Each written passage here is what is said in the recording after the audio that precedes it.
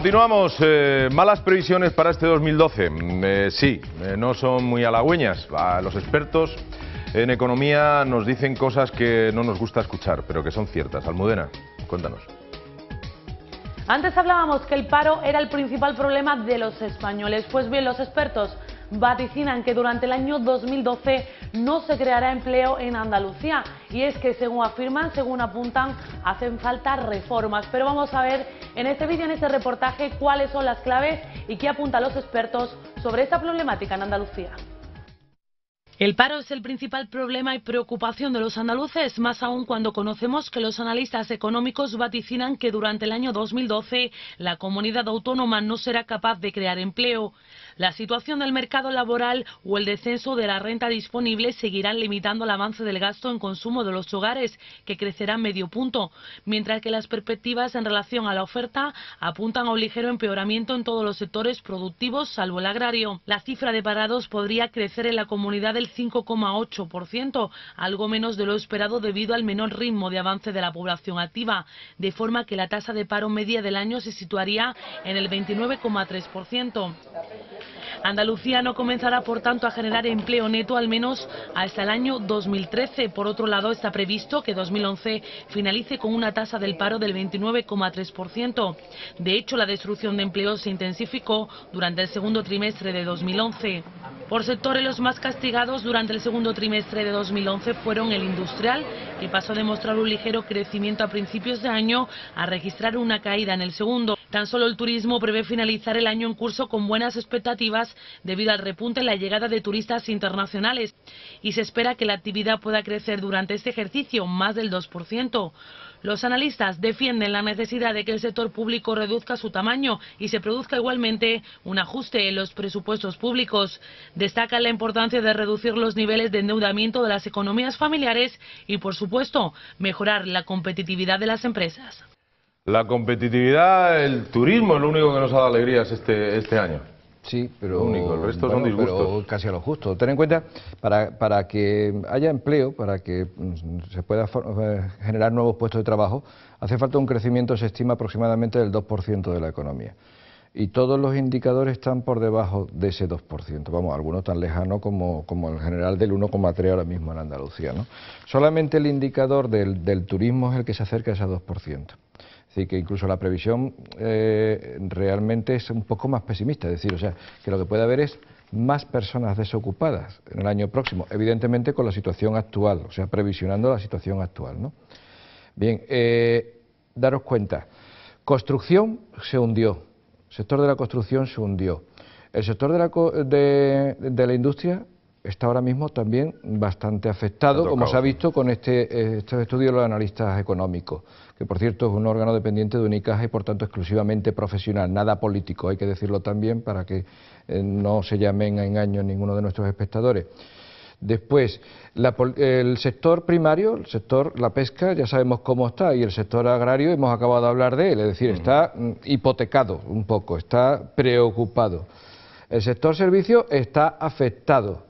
Y el único sector que realmente nos está de alguna forma sacando de este pesimismo alarmante, como tú dices, es el sector turismo. Sector turismo que además, por otra parte, se concentra en Málaga, donde hay una mayor concentración. De hecho, el 40% de las pernoctaciones de toda Andalucía ha sido en Málaga. Y en Málaga no se están poniendo las medidas adecuadas para que ese turismo pueda seguir fluyendo. Por ejemplo, hay una demanda colectiva de todo el sector turístico de Málaga sobre el tema del vertido cero, cuestión con la que empezamos estos programas, por cierto, que recordarás. Cierto. Y el vertido cero, que estaba prometido para hace años, sigue sin haberse cumplido. Digamos lo que es el vertido cero. Pues el vertido cero, que no haya vertidos a través de aguas residuales, etcétera, por arroyos y por otro tipo de formas, de manera que no afecte a lo que es la materia prima de ese turismo. Son las playas, el litoral, lógicamente. Claro, que es el capital. Que es el capital. Entonces, eso es básicamente, y contado en titulares, lo que es el vertido cero. Eso estaba comprometido para hacía años, no se ha llevado a efecto. ¿Era una responsabilidad de quién, Juan Carlos? Junta de Andalucía. Y una cosita también, que no quiero que se me olvide, en construcción tan afectada, Ayer tratábamos de los presupuestos de la Junta de Andalucía y veíamos que lo que se reducía drásticamente era la inversión en obras públicas. Si tampoco hay inversión en obras públicas, yo no sé a dónde va a llegar la construcción. De hecho, ya han salido portavoces de la patronal, de los empresarios, diciendo que, bueno, ¿qué hacen? Está herida de muerte y no tiene cama para... Pues sí, no tiene para cama. hospitalizar. No tiene cama y no tiene ni oxígeno para Perdóname que respirar. haya hecho este símil que me ha salido un poquito de Lo aquella malo de manera. todo esto... Pero es que vamos a hablar de la sanidad andaluza inmediatamente. Pero decía que lo malo de todo esto, como bien ha apuntado Juan Carlos, pero lo malo de todo esto es que, afortunadamente para nosotros, y hablo a nivel general de España, un consorcio de empresas españolas se hace nada más y nada menos que para construir el AVE del desierto. Que también eso hay que valorarlo muy positivamente. Entiendo por qué, porque las empresas españolas dan muchas veces la impresión de que nos da como corte, como vergüenza salir, construir, hacer fuera, y no. Andalucía, 7 millones de andaluces, casi 1 millón de parados. Y te coge el anteproyecto de ley de presupuesto de la Junta de Andalucía para el año que viene y se te cae la cara de vergüenza, sinceramente lo digo tal como lo pienso.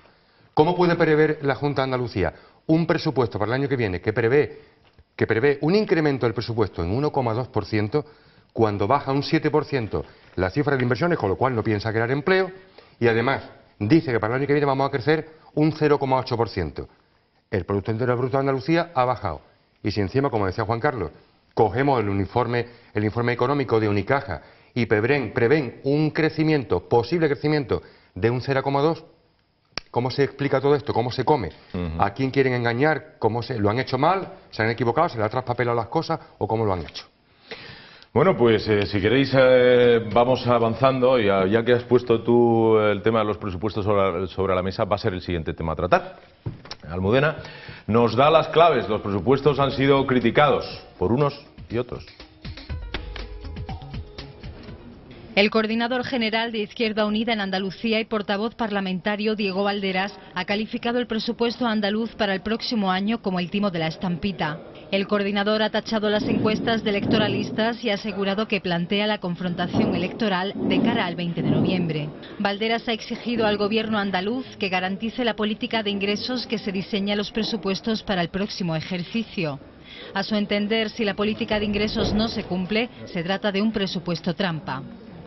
Asimismo, ha manifestado que los presupuestos que el gobierno andaluz ha puesto sobre la mesa son negativos para Andalucía. Ha explicado que cuando un presupuesto es restrictivo, contractivo y su crecimiento está por debajo de la inflación, es de reducción y negativo.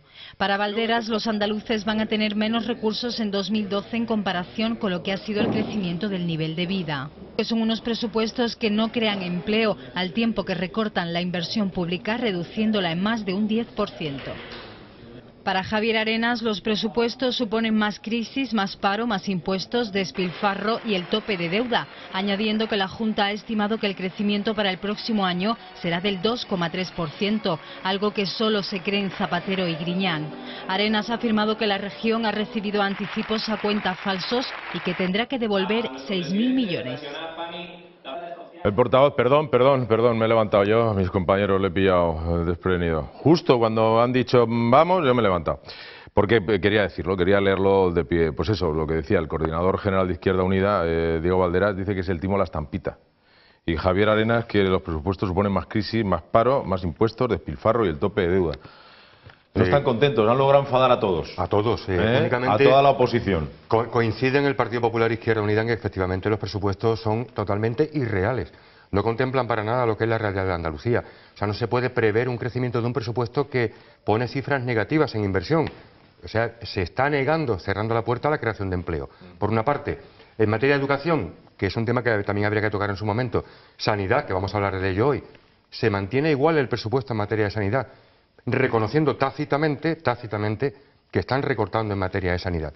A quien quieren convencer con esos presupuestos, que han aprobado naturalmente el anteproyecto de ley, difícil va a ser, sobre todo por lo que comentaba Juan Carlos anteriormente, de que cuando conozcamos las cifras de la EPA, de la encuesta de población activa, se nos van a caer los palos de sombrajo directamente, a nivel nacional y particularmente lo que nos importa en Andalucía.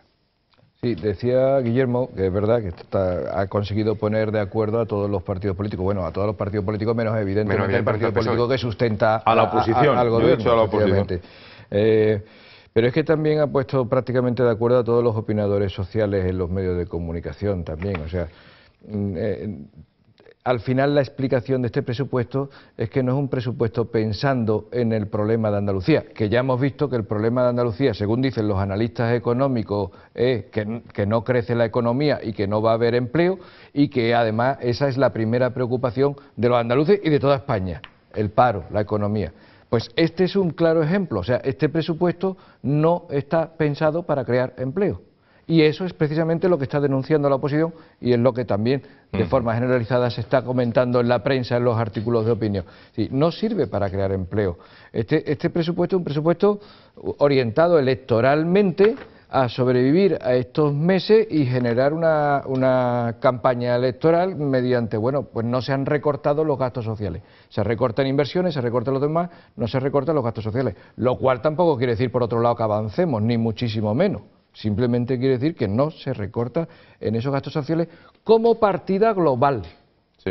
Después está la administración interna de esas partidas globales, en las cuales, entrando con detalle, ya podríamos entrar a matizar muchas más cosas, ¿no? Tú decías que los opinadores, que todos están la mayoría, obviamente, la mayoría. Siempre tiene que haber alguien. Pero Agustín, si me permite lo que dice Juan Carlos, es curioso que aumente la partida de aspecto social, sí, que es muy bonito ponerlo porque eso queda muy bien de cara a la galería, cuando realmente no es la Junta lo que está pagando eso, son los ayuntamientos. Claro, pero Guillermo, por supuesto, las castañas del fuego a la por Junta supuesto, porque al final es la institución más cercana, la más próxima al ciudadano y además a la que el ciudadano sabe ir. A nadie se le ocurre ir a pedir una solución para su problema a la puerta de una delegación provincial, de una consejería, porque no sabe ni dónde está. Al final va a su ayuntamiento, eso es evidentísimo. Y eso es otro de los grandes problemas que algún día tendremos que hablar. La financiación y el soporte que hacen los ayuntamientos de todas estas competencias llamadas impropias, y bien llamadas en este caso impropias porque no les pertenecen ni les corresponden.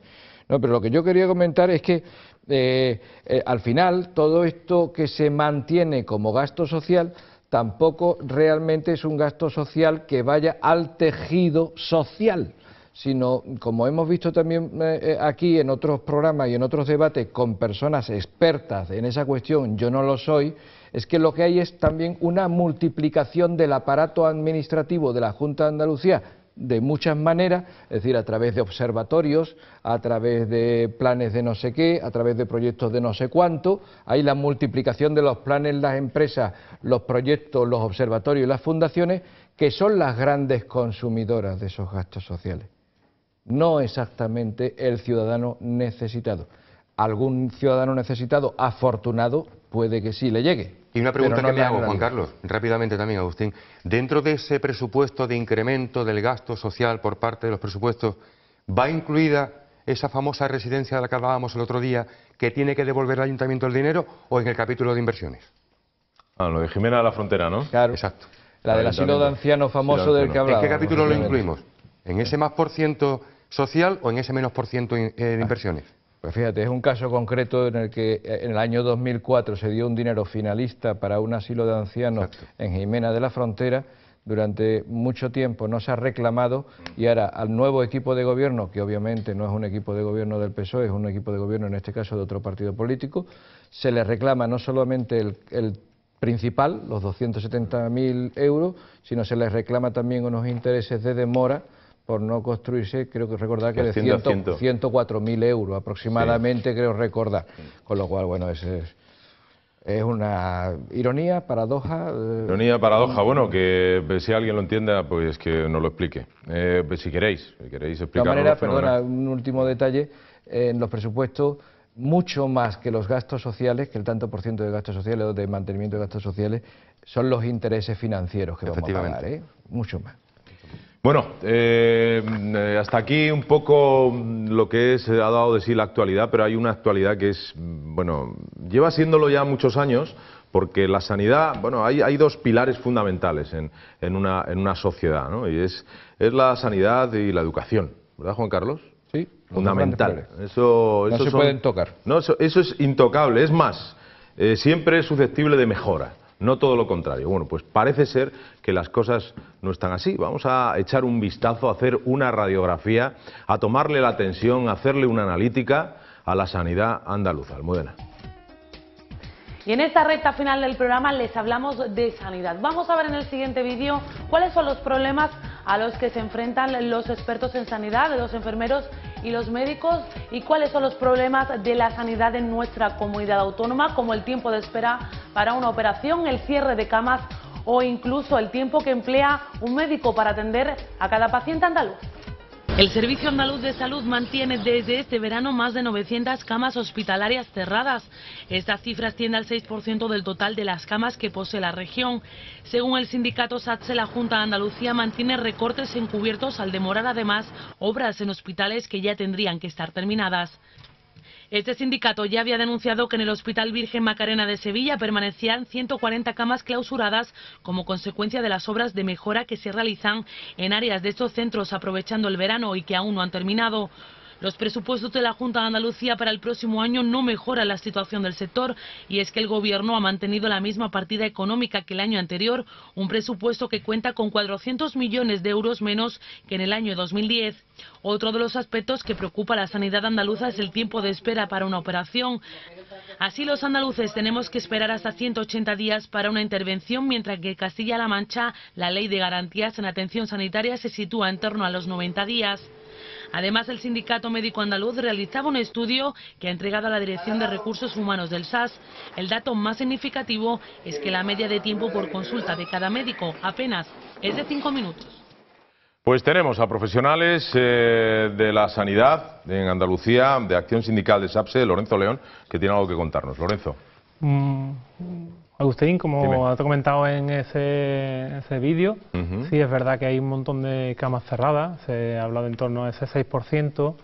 Es verdad que los centros en Andalucía pues requieren una serie de mejoras, porque las instalaciones, como todos sabemos, son de uso 24 horas. Pero la Administración muchas veces utiliza ese mecanismo de manera que ahorre en cuestiones de personal, ¿no? Utiliza ese cierre de camas durante esos 3 meses de verano, donde supuestamente esa operatoria disminuye, la necesidad de camas inferior, y con ese personal que tiene lo va distribuyendo en todo el hospital y además aprovecha para esas vacaciones que corresponden como cualquier trabajador.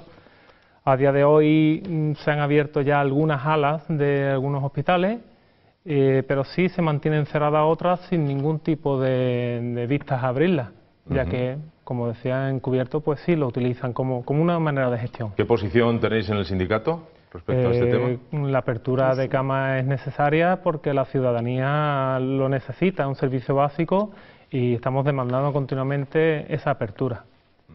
María. Sobre todo el sindicato de enfermería SASE rechaza cualquier tipo de recorte en la sanidad, cualquier tipo. No lo vamos a admitir porque además nos parece que la sanidad es una fuente de riqueza, genera empleo y sobre todo da calidad de vida. Y el centro del sistema sanitario en este país es el ciudadano. Y si empezamos con los recortes, estamos perdiendo de vista ese centro y esa parte importante de la sanidad. Cualquier recorte al final siempre repercute en el mismo, en el ciudadano de a pie, en el que llega y no tiene cama.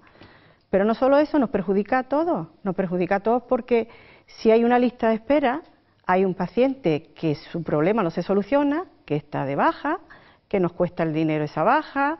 Es decir, esto es mucho más complicado que un simple recorte, que una lista de espera de 180 días implica muchísimas cosas, muchísimas. Y por tanto el sindicato de enfermería no va a aceptar ningún tipo de recorte, ninguno. Fíjate, tú has dado una cantidad de días, que no la has dado al azar, son 180 días los que los andaluces tenemos que esperar para una intervención. Y hay una comparativa, mientras que, por ejemplo, en Castilla-La Mancha, la Ley de Garantías de Atención al sanitaria al paciente sitúa en torno a los 90, a la mitad. Eso es una cantidad excesiva de días. A nosotros cualquier día ya nos parece excesivo. Es decir, hablando de salud, desde luego. Claro, porque sobre todo el que está enfermo y lo que quiere es que se le atienda y cuanto antes, ¿no? Entonces hay algo que está claro que no está funcionando y es la gestión que se está haciendo de esta sanidad tan buenísima que tenemos en este país. Entonces la gestión está fallando, eso lo tenemos claro. ¿Lo de buenísima lo has entrecomillado? Yo estoy convencida. Yo estoy convencida de que tenemos los mejores profesionales del mundo, que son los que en definitiva hacen la sanidad. Porque cuando tú entras en un hospital, son los profesionales los que te atienden y son los que dan la cara. Si me permites un detalle para afirmar más lo que está diciendo María. Somos un país exportador de profesionales de la medicina. Efectivamente. Exportamos salud. Exportamos médicos, exportamos investigación médica. Exportamos enfermeros. Exportamos investigación médica. Si hablamos también de trasplante de órganos ya ni... Claro, ni o sea, contamos. somos pioneros y líderes en temas de trasplante de órganos. Es decir, somos Juan realmente, Carlos, en el tema de sanidad, casi una potencia. a nivel europeo el enfermero está demandado en todos los países, y gracias a la formación que tenemos aquí. Es una pena que un personal formado con el dinero público de aquí de Andalucía se tenga que ir fuera para poder ¿Cuántas desempeñar su enfermeras función. hay en ¿Cuántas Londres? hay? Muchas. Londres, En Inglaterra, Reino Unido, efectivamente. Portugal. En Portugal, Irlanda, en Centro Europa. un gran demandante Inglaterra de los profesionales españoles. Pues vamos a hablar con otro profesional de la sanidad, con Antonio. Antonio, médico. Antonio Fernández Cubero. ¿Cómo ves la sanidad en nuestra comunidad? Pues Tú como profesional. Pues la Y sanidad... como paciente, oye, que también sois pacientes. Es que nos olvidamos de una cosa. Son muy pacientes, que son muy pacientes. Sí, es verdad, da la impresión de que Además, oye, jamás... además. Claro, María tienes a tu madre y Lorenzo tú tendrás a tu Y a familia. mi familia tú a y la a tuya, todos. ¿no? Efectivamente, yo estoy de acuerdo con María que los profesionales españoles están muy bien considerados, están muy bien formados. De hecho, no es una estadística como la del CID, donde la preocupación es el paro, etcétera. Hay estadísticas, hay estudios de publicidad donde se puntúa la sanidad. La sanidad andaluza pues tiene una media de, me parece que era un 6 y pico, o sea que está cercano al notable en lo que es la sanidad desde el punto de vista Profesional. de profesional, exactamente. La pena es que efectivamente después hay una La serie gestión. Exactamente. La gestión hace que toda esa buena calidad de los médicos, de los científica, enfermeros, y de todo el personal que está alrededor del enfermo, pues no pueda terminar de desarrollar bien pues su ciencia, sus habilidades y en fin su trabajo, ¿no? Efectivamente se ha hablado de los presupuestos, se ha hablado de los recortes. Los presupuestos este año tengo yo aquí, que se publicó ayer en el Diario de Sevilla, que hablan de 642 millones menos en Andalucía que en los presupuestos del año pasado. Después sacan que si, claro, que si se cuenta la parte de dinero que se recorta a los funcionarios, que etcétera, etcétera, que lógicamente también supone un montón de dinero. Al final la cifra comparada con otros años es de 1.300 millones de euros menos. Si tenemos en cuenta que Andalucía es la comunidad más poblada. Que además, Antonio, me vas a permitir, sí. ¿vale? Quédate ahí, tú vas a recuperar la palabra inmediatamente, pero tenemos que hacer una pausa muy breve, y seguimos hablando de la sanidad en nuestra comunidad. Volvemos enseguida, no os mováis.